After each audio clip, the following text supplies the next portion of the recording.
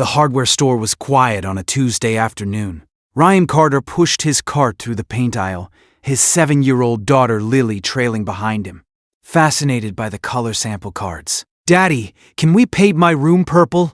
Lily asked, holding up a card labeled Lavender Dream. "We'll see, sweetheart.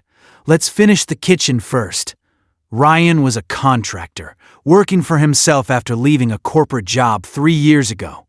Single father, doing his best, always one project away from financial stability. Today he was picking up supplies for a kitchen renovation. His biggest job in months. He was examining paintbrushes when Lily tugged his sleeve. "Daddy, that lady is staring at you." Ryan looked up. A woman stood at the end of the aisle, maybe mid-30s, dark hair, professional clothes. She was indeed staring at him, her hand over her mouth, her eyes wide with shock. "Can I help you?" Ryan asked, confused. The woman walked closer, her eyes fixed on his forearm. Ryan followed her gaze to his tattoo, a simple one he'd gotten years ago. A child's handwriting spelling out Eliza with a small bird next to it. "Where did you get that tattoo?" the woman asked, her voice shaking. "I'm sorry, do I know you?" "The tattoo. Where did you get it? When?" Ryan was uncomfortable now.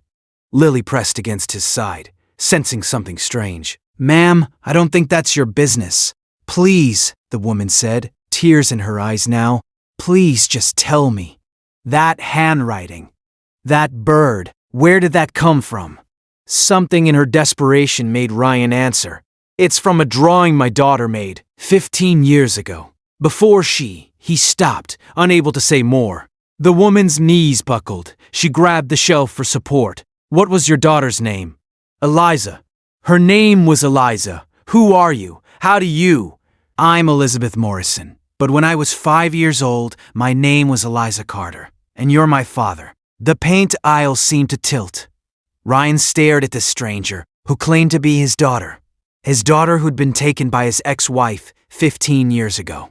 His daughter who disappeared when she was 5, who he'd searched for until the money ran out and the lawyers told him he had no legal recourse. "That's impossible," Ryan whispered. "My ex-wife took her, changed her name. I tried to find her, but Jennifer Carter, my mother, she told me you were dead, that you died when I was 5. She changed my name to Elizabeth Morrison, her maiden name. We moved 5 times in 10 years. She never let me ask questions about you." Lily pulled on Ryan's sleeve.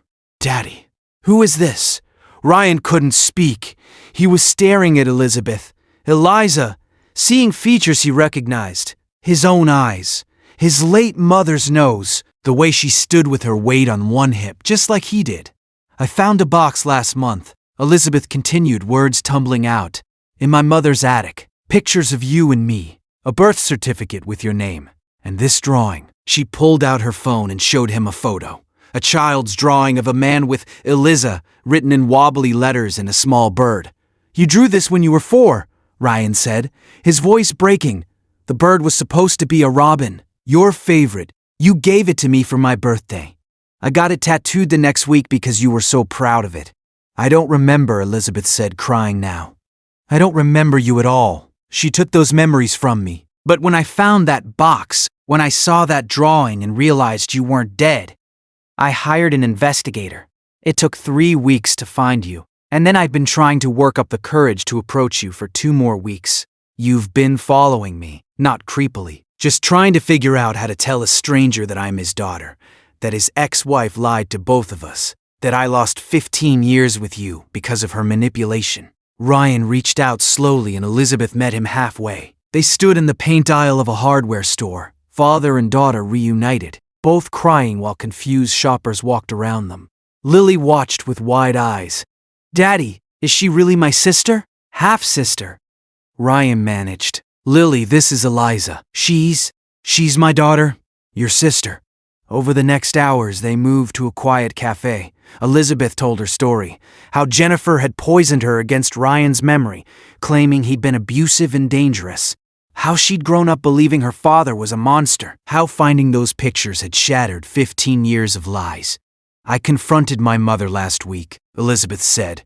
She admitted everything, said she took me because she wanted to hurt you, that she'd never loved me. She just wanted to win. I haven't spoken to her since. Ryan told his own story. The custody battle he'd lost because Jennifer had money for better lawyers. The restraining order she'd gotten based on false abuse allegations. The years of searching until he'd finally had to accept that Eliza was gone. I never stopped looking, Ryan said. Even after I met Lily's mother, even after Lily was born. I always hoped someday I'd find you. You got the tattoo, Elizabeth said. You kept me with you always. 3 months later, Elizabeth was a regular part of Ryan and Lily's life. She came for dinner twice a week. She helped Lily with homework. She learned about her father slowly. His work, his interests, the 15 years of life she'd missed.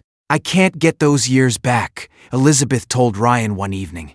I can't remember being your little girl, but I can be your daughter now. If you'll have me. I've wanted nothing else for 15 years, Ryan said. 1 year after their reunion, Elizabeth changed her name back legally. Eliza Carter, not to erase Elizabeth Morrison. That person had her own history and identity, but to reclaim the connection that had been stolen from her. At the courthouse, with Ryan and Lily present, the judge made it official. How does it feel? Ryan asked afterward. Like coming home, Eliza said. She touched his tattoo gently. This helped me find you. 5-year-old me saved us both. At Lily's 8th birthday party, Eliza gave a speech. 2 years ago, I didn't know I had a father or a sister. I'd been lied to my entire life, but a child's drawing and a tattoo brought us back together. Now I have a family. Not the family I was supposed to have. We can't get back the missing years. But the family we're building now, that's real.